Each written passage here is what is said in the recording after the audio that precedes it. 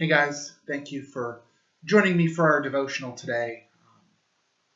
I'm going to be referencing a lyric from a song, and it's a song that I've heard plenty. It's not brand new, and it just all of a sudden something clicked in my mind.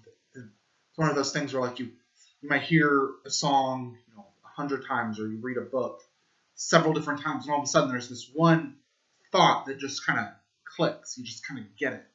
And I wanted to go through some of these ideas that came together for me. So it's really common for us as humans, as individuals, to try to find ways to define ourselves. And sometimes we do just allow ourselves to fall into these stereotypes where, it really does kind of describe us pretty well, whether that's dad, some of the high school stereotypes like jock, nerd, geek, or different jobs that people have. They really fit that kind of description. And sometimes we try to define ourselves by saying, I'm not like everyone else. I'm unique. I'm an individual. I'm different. And you try to make yourself not like all of those different stereotypes, and then you fall into a stereotype. And it seems like in our efforts to truly define ourselves and make ourselves unique, we lose some of what is truly unique about us. I think that's also something that happens with our attempts to redefine ourselves from some of the negative things in our life. You feel like you're a failure, and maybe you have a voice, whether that's an actual person or yourself, that's constantly saying that to you.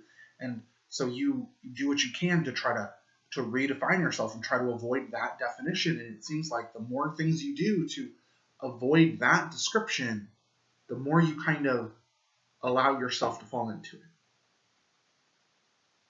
Or being defined by your worst action, the worst thing that you've done.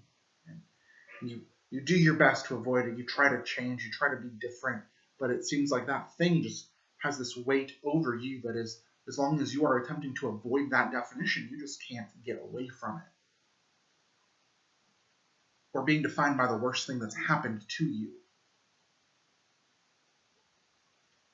And you tell yourself all the cliches, and you try to go through all of these different ways to shift who you are, to say that I'm not that person. I'm not, defined by this one thing. And it feels like the more we do that, the more often we really fall into those definitions. It feels so hard for us to actually find ways to define ourselves.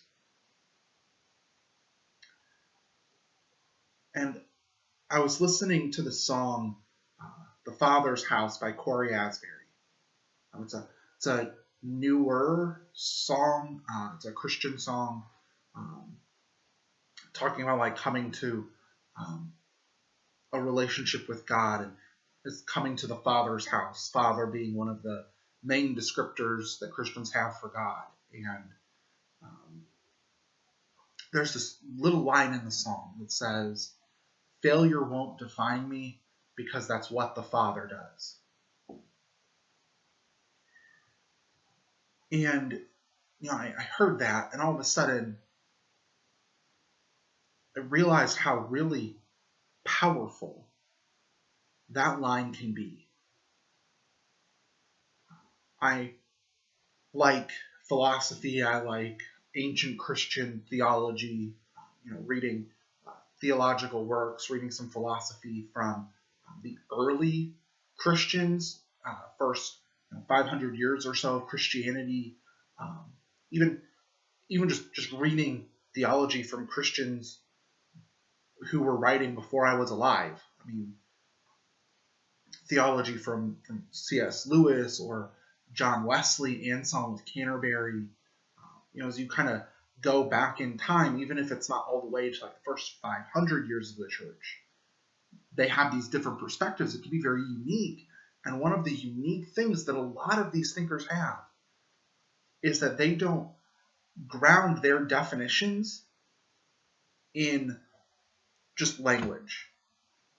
They don't say, well, we're going to understand what this word means because this is the way we use the word.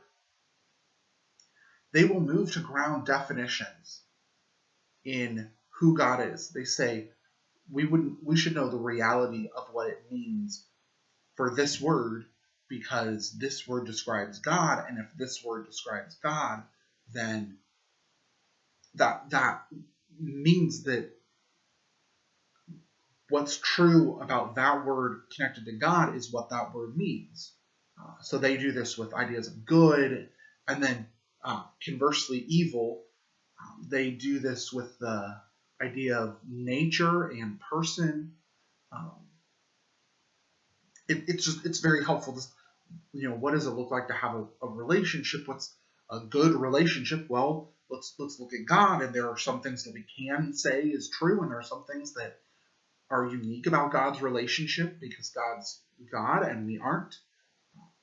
But that rooting of definitions in God allows Christian thinkers to have a firmer basis for their language.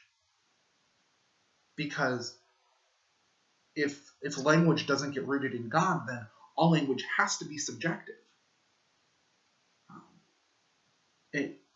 It might be subjective to an entire culture, to all of the people who use the language, but at some point the language will kind of start breaking down. But if the language gets rooted in God, and if you note the way that the language refers to God, then the language is a lot more objective, it's a lot more permanent, it has more sticking power. And I've thought about that kind of with language. I really like that way of using definitions of words to help us understand what we're talking about.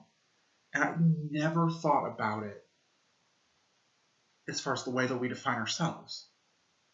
Although the Bible talks about that plenty.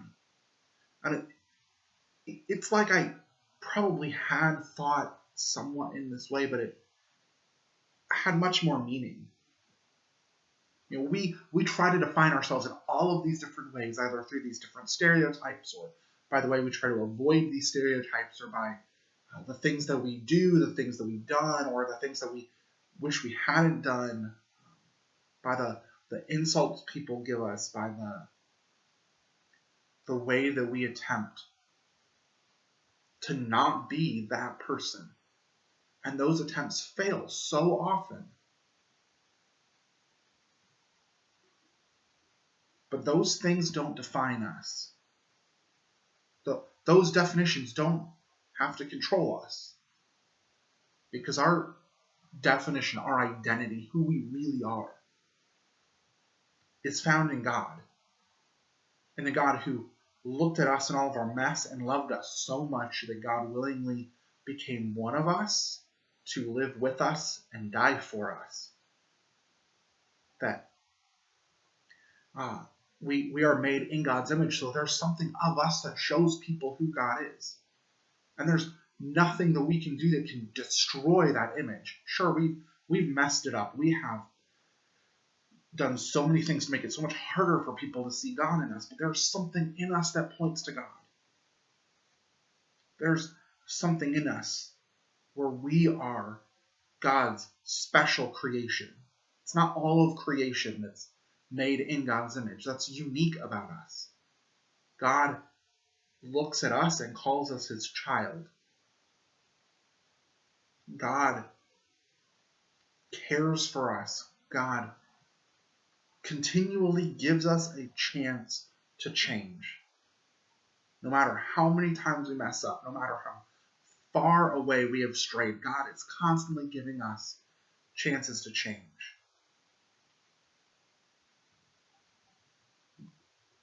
God looks at us and says, in the words that the Father said over Jesus at Jesus' baptism, "You're my beloved. I'm pleased with you." That's who we are. That's how God defines us. And the more we attempt to hold on to that definition and live into that identity, I think the more we really become who we've always been meant to be. The more we move away from these other definitions that at the end of the day can't fully describe us. The more we become the person we've wanted to be. Not the person that other people say we are, not the person created by those circumstances, but who we have really longed to be. So as you continue to go through this week, as you continue to figure out who you are, I wanted to remind you of this truth. Failure won't define me. Failure won't define you. Failure does not have the final word for anyone, because that's what God our Father does. Thank you for joining me. God bless you guys. Bye.